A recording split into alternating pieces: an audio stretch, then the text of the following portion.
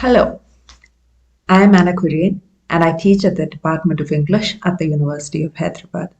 Today we will be talking about the many vulnerabilities that a child is subject to, and we will be, in the course of these lessons, thinking about what it means to be a child or how does one define childhood.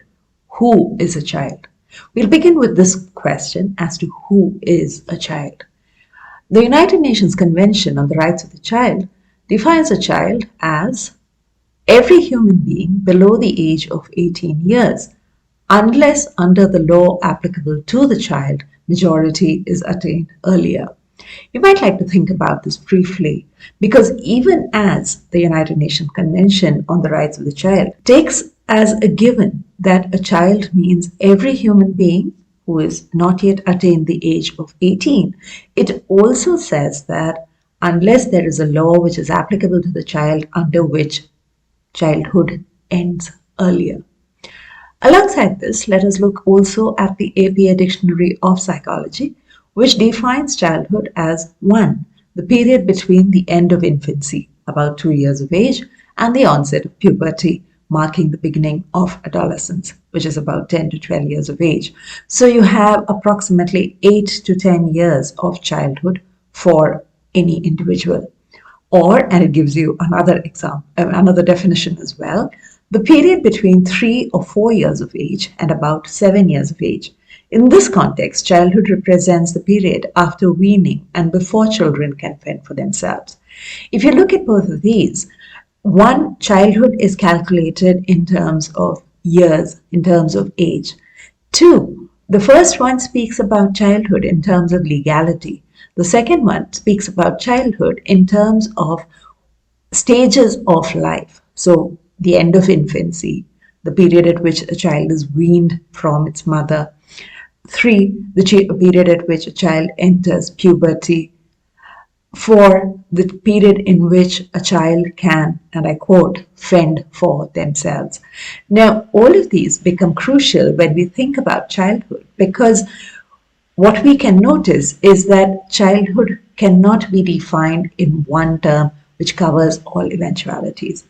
Different countries end childhood for their citizens at different ages. And it exists also differentially in terms of, as the APA Dictionary of Psychology said, depending on when you're weaned, when you are able to take care of yourself, when you attain adolescence, when you enter into puberty, etc. But childhood also exists differentially in terms of labor for payment.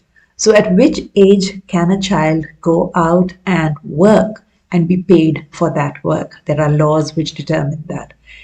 Childhood ends at different times in terms of the sexual activity which is permissible for a child. In terms of marriages, when are you old enough to stop being a child and enter into marriage? In terms of drinking, liquor, alcohol, when is it legal for a young person to drink liquor? In terms of criminal liability and prosecution, when we think about this, you might say that all children below the age of 18 are tried as children, so in juvenile court. However, in different countries, there are different ages at which a child is seen as criminally liable and for different crimes as well. So you see, there is no consensus on what it means to be a child. As an example, the PPT gives you several examples of how in India there are different ages at which a child enjoys different powers, right?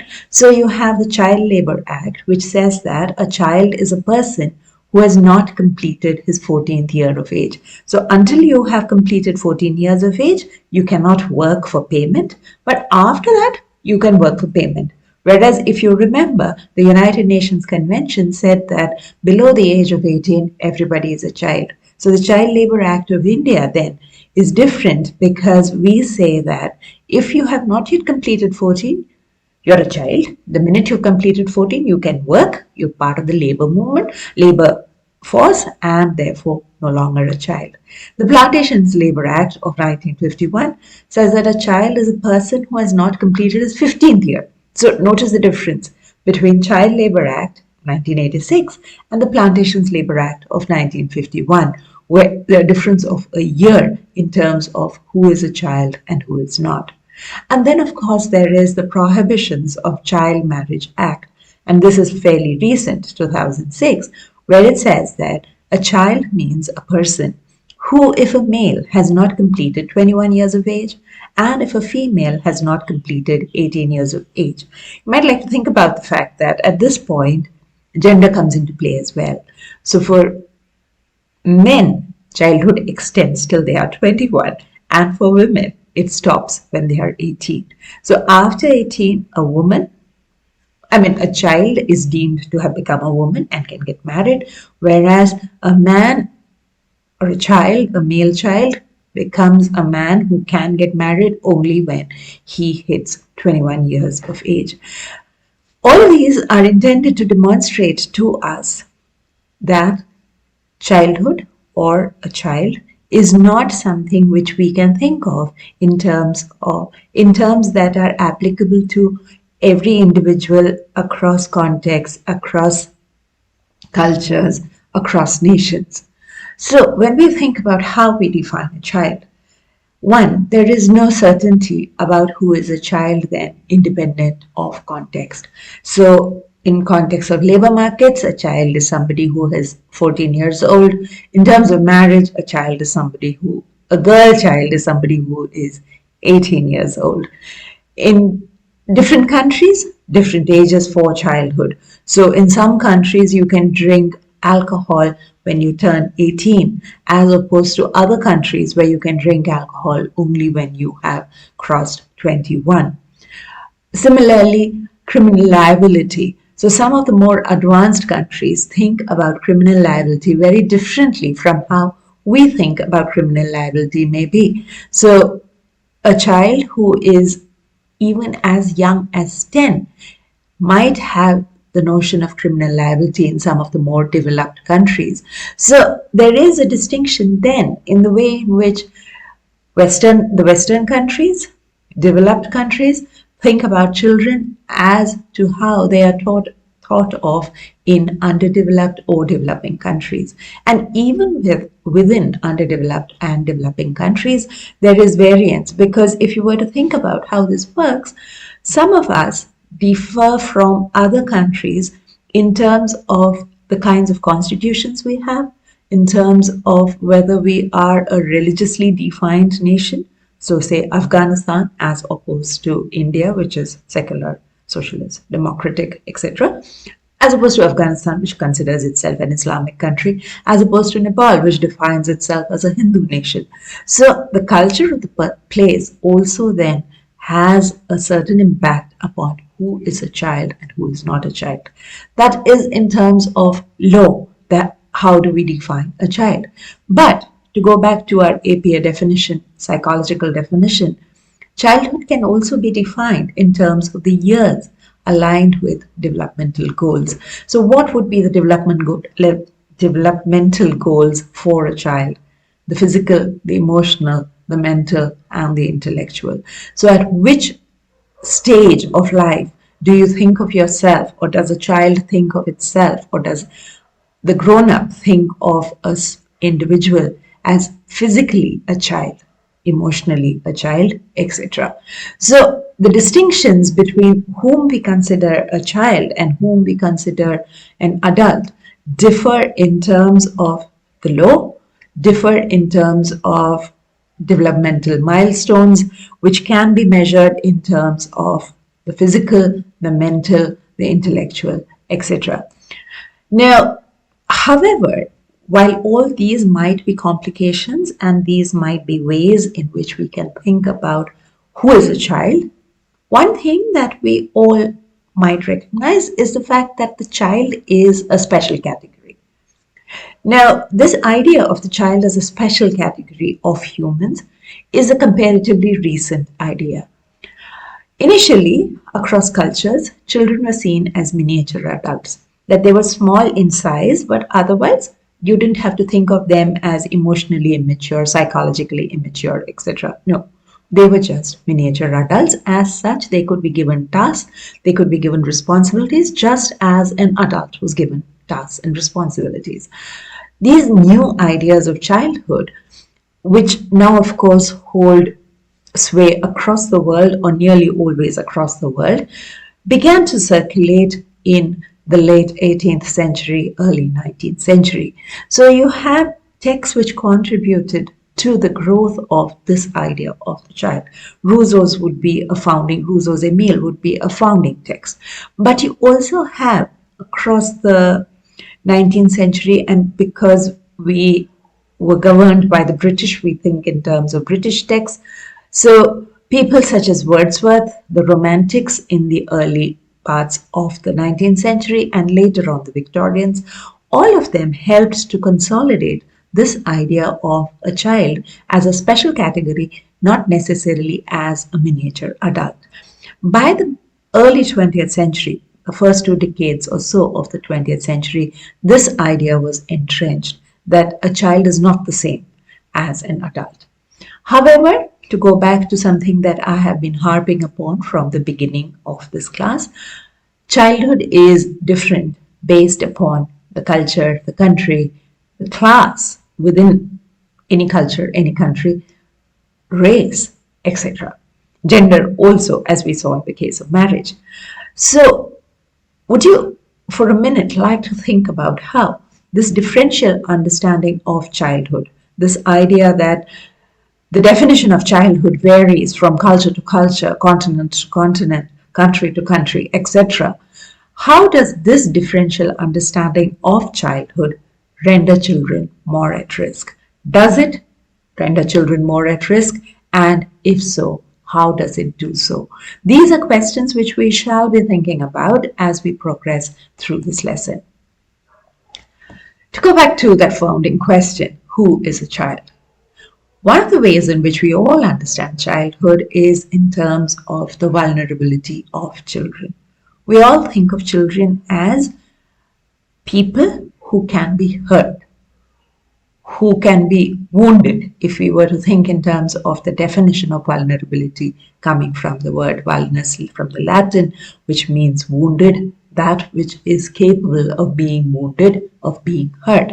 When we think about children and when we think about who is a child, one thing all of us recognize automatically is the fact that childhood can be understood in terms of the vulnerability of a child.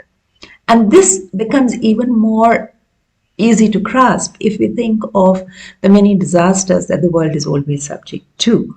So whenever you have a major disaster, whether it's a natural disaster or whether it is a man-made disaster, one of the features is that the pictures emerging from that disaster will always or nearly always feature a child. So whether we're thinking in terms of the Vietnam War and you have somebody called the Napalm Girl who's fleeing from napalm bombing, or whether you have the Bhopal gas tragedy of 1984 and the picture is up on the screen where you see a child being buried, or you have Sudan and the extreme famine drought that afflicted the state of Sudan, and the picture of the little child who is struggling, trying to move, and watching the child is a vulture, prey, vulnerability. And of course, Elan Kurdi, which is a very recent example from 2015, a refugee who is washed up on the shores of the Mediterranean as he tries to flee his country along with his family and dies in the process. When we look at these pictures, and of course, if you were to look at any of the pictures emerging, especially today from Palestine and Gaza, what you would see is that children are at the forefront. Children who are liable to be hurt, children who have been bombed, children who suffer the privations of hunger, or who suffer when they are made into refugees, or who suffer because of a man-made disaster of some kind, such as a gas leak in the Bhopal gas tragedy. So when we think of the fact that disasters and atrocities feature children, we are also then thinking, or it is a common practice to think in terms of the vulnerability of the child. And that is something that is inescapable across this world today. When we think of vulnerability, usually it is possible to think of it as in terms of inherent vulnerability, which belongs to everybody. All individuals are vulnerable because we have a human body which is prone to being hurt, which can be hurt. Somebody outside can inflict pain on us, we can inflict pain on others, we can inflict pain on ourselves, and so on and so forth. That is the vulnerability which is inherent in the physical self. There is also vulnerability which is connected to the identity that each of us have. But in addition to these, there are also systemic and structural forms of vulnerability. Initially, when we speak about childhood and vulnerability, let us think in terms of the self of the child as being more prone to vulnerability. And why is this so? Now, all of us, human beings, are prone to vulnerability. I mean, think of yourself. Somebody pokes you with a pin, you will bleed. Somebody wants to hurt you in some form or fashion physically, you will be hurt, right? Now, how is a child more vulnerable than, say, an adult? In terms of just the physical size and strength of the child, children are smaller, especially when you think of infants. These are children who can be harmed because they have no way of warding off the violence that might choose to attack them.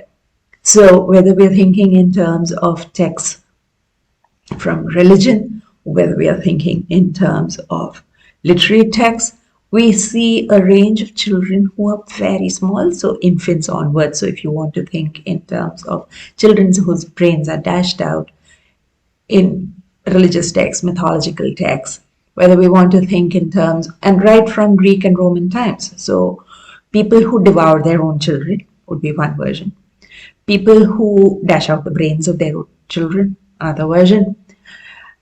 Then in terms of the physical, also think about the fact that children who are physically challenged, who have challenges which are both physical as well as mental, they are more prone to vulnerability. Why? Now, anybody who is physically challenged is more prone to vulnerability. This is a commonplace given. But a child who is physically challenged or who is mentally challenged becomes doubly vulnerable because the child is, in addition to being challenged, is also dependent upon some adult who will keep him or her safe. Then, of course, there is the fact of children who are chronically ill. And think about that as well, because chronic illnesses which plague small children or which plague young children, why is it that they are more vulnerable because of a chronic illness than, say, a grown-up is? A grown-up is also vulnerable, but a grown-up or an adult has access to maybe money, some control over the world, whereas a child has little or no control. So the self of the child as more prone to vulnerability comes about due to various reasons. And those reasons are part of the inbuilt inherent vulnerability of the child. As an example, let us look at the poem Out Out by Robert Frost.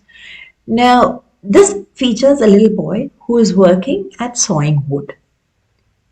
We enter the poem midway through. So the speaker is somebody who is watching this, a third person. And as you can see, the speaker, in the section that we have up on the screen, call it a day, I wish they might have said, to please the boy by giving him the half hour that a boy counts so much when saved from work. And that's, of course, you have two or three things happening there. Half hour off from work for a child who has been working. Notice that it is a boy, he's working, and he would be happy if he was given half an hour shorter or half an hour exempt from working. His sister stood beside him in her apron to tell them supper. So it's also not that the child is working alone, that there are others working with him. At the word, the saw, and now we come to the crux of the matter. The boy was sawing wood. At the word, the saw, as if to prove saws knew what supper meant, leaped out at the boy's hand, or seemed to leap. He must have given the hand. However it was, neither refused the meeting. Now the child is sawing wood. His sister stands beside him in her apron and says, "Supper." At the word "the saw" with which he's sawing the wood proves that saws also know what supper meant. And what was the saw's supper? The child's hand. It leaped out at the boy's hand, or seemed to leap. He must have given the hand. Does a child give his hand to a saw to be cut? That's, of course, a question which we all know the answer to. Nobody wants to get their hand cut by a saw. However it was, neither refused the meeting, neither the hand nor the saw. But the hand, what happened to the hand? The boy's first outcry was a rueful laugh as he swung towards them, holding up the hand, half in appeal, but half as if to keep the life from spilling. And we begin to understand vulnerability. First of all, it's a child who's working at sawing wood. The saw leaps, cuts his hand, and the child's outcry is a rueful laugh. The rueful laugh is also important because it points to the fact that the child does not really understand what has happened. He swung towards them, the adults, holding up the hand, half in appeal, but half also as if to keep the life from spilling. And think of vulnerability of a child, where a grown-up might have been able to deal with the fact of losing his hand. His life is already spilling as the saw has cut his hand. Then the boy saw all. Since he was old enough to know, big boy doing a man's work, though a child at heart, he saw all spoiled. "Don't let him cut my hand off, the doctor, when he comes. Don't let him, sister." So, but the hand was gone already. Then the boy saw all. And of course, there is the pun on the saw which has sawed all, and the fact that the boy sees all. What does he see? He knows because he is old enough to know. He's a big boy doing a man's work. So you have again those gradations between a child at heart, a big boy, and a man's work. What exactly is this boy? He's somebody who is in size maybe a big boy, who can handle a saw, who can cut wood, but he's also at heart a child, and he sees all spoiled. If you notice, a number of times the word saw is repeated, and saw is of course at this point used in multiple senses. What he sees, the instrument with which the wood is being cut, he saw all spoiled. And then of course he says, "Don't let him cut my hand off, the doctor, when he comes. Don't let him, sister."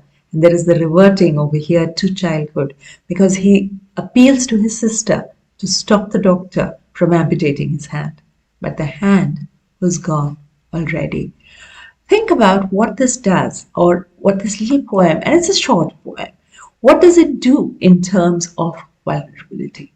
When we speak over here of vulnerability, what we are looking at is, first of all, the fact that this is a boy who is performing a man's job. The vulnerability of a child who is included in a world which he doesn't quite fit into. He doesn't quite understand the ramifications of what is happening and the consequences of what might happen if things go wrong. Which is why he turns with a rueful laugh. He swung towards them, holding up the hand, half in appeal, but half as if to keep the life from spilling. The boy sees. He knows, he sees, he does, and he is a child at heart. And that child is the one who is vulnerable. He is the one who feels and fears the fact that his hand will be cut off. "Don't let him cut my hand off, the doctor, when he comes," he says. "Don't let him, sister." And the appeal is to his sister, to somebody who's closer to him in age than the people with whom he's working. But the hand is gone already. The poem, of course, ends with the child dying. That's the vulnerability of the child, because the child loses his hand and in the process his life. Now, in addition to these, we might like to think of some other texts which deal with disability. These would include, if you're interested in questions such as memoirs, then there is Helen Keller, who writes the story of my life. There is a graphic novel about a deaf child, which is El Deafo by Cecil Bell. Chronic illness, and this is a classic from children's literature, Frances Hodgson Burnett's Secret Garden, which features a child who is immured in a room where nobody is allowed in other than the nurse who looks after him because he can't bear people to look at his crippled self. There is, of course, also What Katie Did by Susan Coolidge, another of those classics of children's literature. Children on the autism spectrum, and this would be mentally challenged children who are still participating in everyday real life, even though they are mentally challenged, and the vulnerabilities that accompany that. And their best example for this is a prize-winning book by Mark Haddon called The Curious Incident of the Dog in the Nighttime. So across literature, there is a range of portrayals of childhood vulnerabilities. We will examine some of those in the coming modules as well.